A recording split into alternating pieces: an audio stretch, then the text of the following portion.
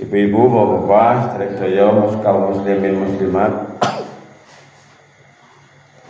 di antara yang harus kita yakini yaitu terjadinya hari kiamat. Maka di antara rukun iman itu ada yang namanya iman kepada hari akhir atau hari kiamat.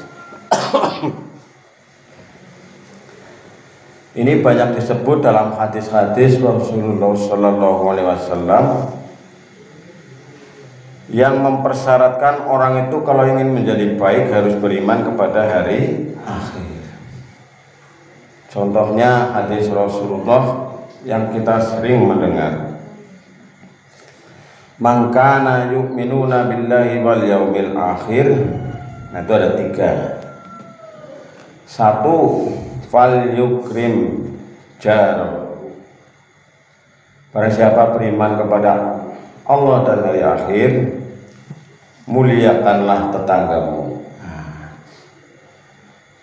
Kemudian yang kedua, man kana yu'minuna billahi wal yaumil akhir fal yukrim doifah. Barang siapa beriman kepada Allah dan hari akhir, maka muliakanlah tamu. Yang ketiga, man kana yu'minuna billahi wal yaumil akhir falyaqul khairan aw liyasmut. Jadi orang berbuat baik itu adalah semata-mata karena iman. Nah, ini.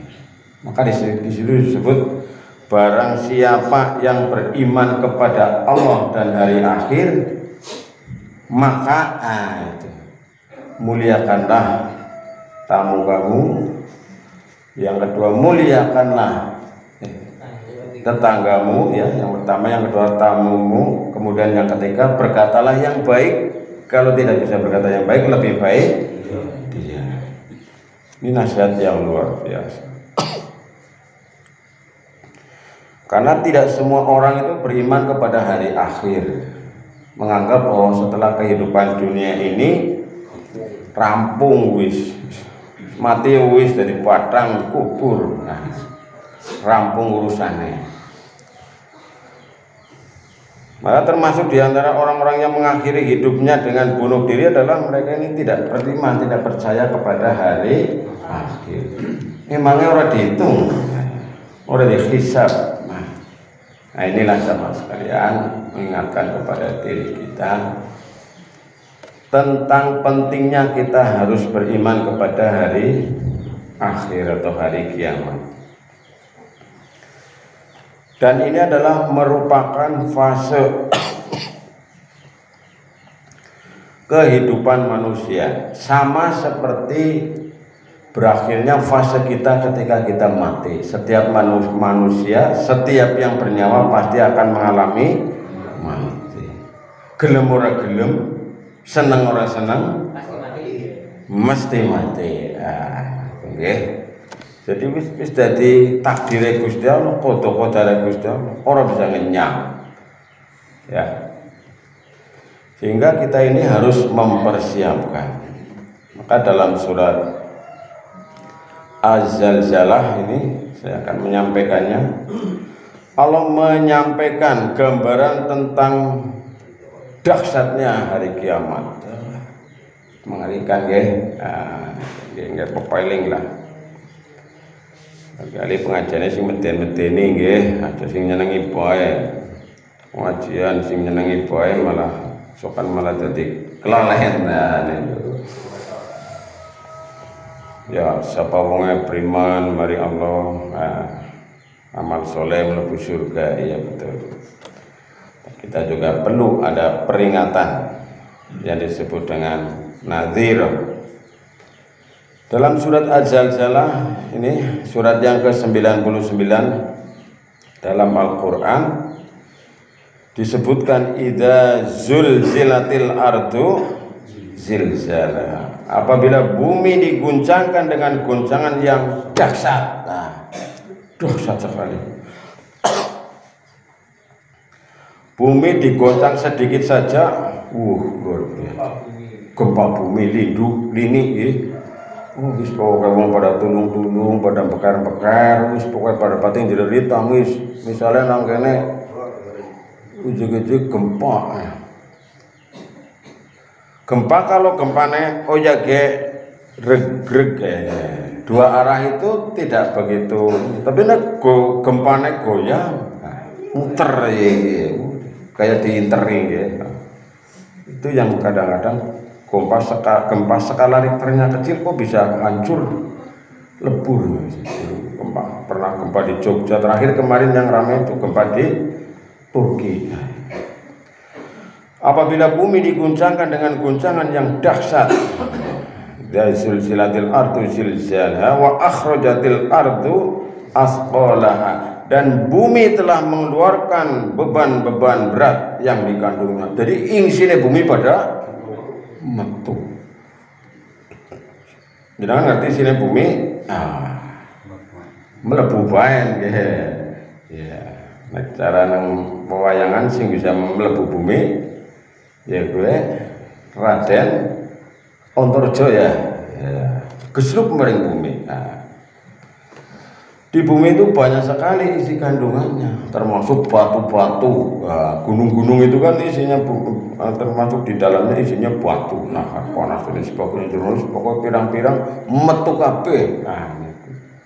Metu sedikit tok ya wis medene pamaning metu kabeh. Jadi yang dikandungkan di bumi itu keluar semuanya. Yang panas, yang dingin, yang keras, yang lemah semuanya keluar. Kemudian bagaimana manusia? Wa qalal insanu ma laha. Manusia bertanya, mengapa bumi jadi begini? Gini kayak kian apa kian? Tolong. Pada pelaku yang jaluk tolong siapa? Iya, wis ngomong sing lagi meteng sampun dadak babarang tolong. Pada pelaku yang jaluk tolong kayak kian. Sing lagi ngepit tiban, mak motor tiban, mak mobil motor mabure tabrakan dan sebagainya. Wis pokoknya pati jelit ora karo-karoan iki, nggih. Nah ini. Manusia bertanya, mengapa bumi jadi begini, gini. Nah. Yauma idzin tuhadditsu akhbaruha. Pada hari itu bumi menceritakan beritanya. Jadi bumi cerita. Ki sing jenengane dina kiamat. Ketmien pada orang ngandel sikianan tenang hari kiamat nembe ngandel. Bumi kanan-kanane bumi ngomong ngandel ora. Siki wis kaya iki. Yauma idzin tuhadditsu akhbar bi anna rabbaka awkhala. Karena sesungguhnya Tuhanmu telah memerintahkan yang demikian itu kepadanya. Jadi Allah kalau sudah berkehendak itu tidak ada yang bisa menghalangi. Allah itu Maha Pencipta, Al-Khaliq namanya. Kalau kita ini namanya makhluk. Nah, Gusti Allah ngersakna tidak ada yang bisa menghalangi. Allah menjadikan manusia orang anak bapaknya orang duwe bapak bisa. Ya gue Nabi bisa. Iki oke. Bayi-bayi orang di bapak tapi bapaknya mbuh anu nang ndi. Nah. Iku naudzubillah min dzalik. Jane ya anak bapak cuma kan iya. Ana maneng sing bapaknya bingung sing ndi. Nanti. Hanya itu. Karena banyak anak aktennya gue lakat senangannya bapak keko. Ya. Nang karena aku tahu menang ini gue. Tidak saya menyebutkan di mana itu. Jadi ini nggak ada anaknya nggak ada nama bapaknya. Ibu ini orang ngerti bapaknya siapa di jalan. Jadi karena dulu pernah dia sakit saraf, kemudian mandan oyat, nah itu dikeropok. Ceritanya menurut hikayat zaman dahulu kala, sehingga tidak tahu bapaknya sing ndi orang ngerti. Namanya sing ndi orang apa. Nah ini Allah sudah menghendaki ketika datang hari kiamat. Kemudian pada ayat yang ke-6, yauma idzi yasturun nasu ashtatan liyuru a'malahum. Pada hari itu manusia keluar dari kuburnya dalam keadaan yang bermacam-macam supaya diperlihatkan kepada mereka balasan pekerjaannya itu. Maksudnya adalah diantara mereka ada yang mukanya berseri, ada yang hitam, ada yang macam-macam, wis pokoknya raine wis pokoknya sesuai dengan amal perbuatan masing-masing. Oh, senang jamangan, senang maca Quran, maksudnya orang teman-teman ya padang, ceria. Oke, dibangkitkan ini sudah. Jadi pada hari itu manusia keluar dari kuburnya dalam keadaan yang bermacam-macam supaya diperlihatkan kepada mereka balasan pekerjaannya itu. Yauma idzi yasturun nasu ashtatan liyu'malahum. Maka Allah pada ayat yang ke-7 dan ke-8 ini mengingatkan kepada kita. Ini yang sering kita dengar, kita merenungi hendaknya. Faman ya'mal mithqala dzarratin khairan yarah. Barang siapa yang mengerjakan kebaikan sebesar zarrah, niscaya dia akan melihat balasannya. Ya, cara bahasa Jawane wong jaman biyen kowe kabeh wong bakal ngunduh wohing pakati. Jadi akan mendapatkan balasan kebaikan jika dia berbuat baik. Sebesar apapun, sekecil apapun kebaikan kula panjenengan sami ora usah cilik ngati. Nah aku sudah kok nemen-nemen keneng kaya orang ngaruh kali ngaku peyane. Jadi aku sudah kok semandana kayak iki keneng mriyang apa sih mriyang boy. Jere nek sudah kok cepet mari. Tenang saja, kula jenengan sami mesti akan mendapatkan balasan kebaikan. Seringkali kula jenengan sami niku kan mengharapkan balasan kebaikan dari manusia. Dari manusia seringnya kita ini. Padahal kebaikan yang yang kita lakukan ini hendaknya mengharapkan balasan dari siapa? Allah. Ada suatu cerita itu. Ada suatu cerita. Ini kisahnya disampaikan oleh Gus Bahar. Anak sejenis ulama gue diglewahi cara gue nang aring wong kene cara kene diglewahi ya Mas Teguh kayak gitu lah. Ngalap glewahi lah gue. Yes. Nah, Mas Teguh niku utusan maring wong, kanan-kanane sapa ngutus saya. Ya dulu diaturi kaya anu Pak Haji Iran nih misalnya lah.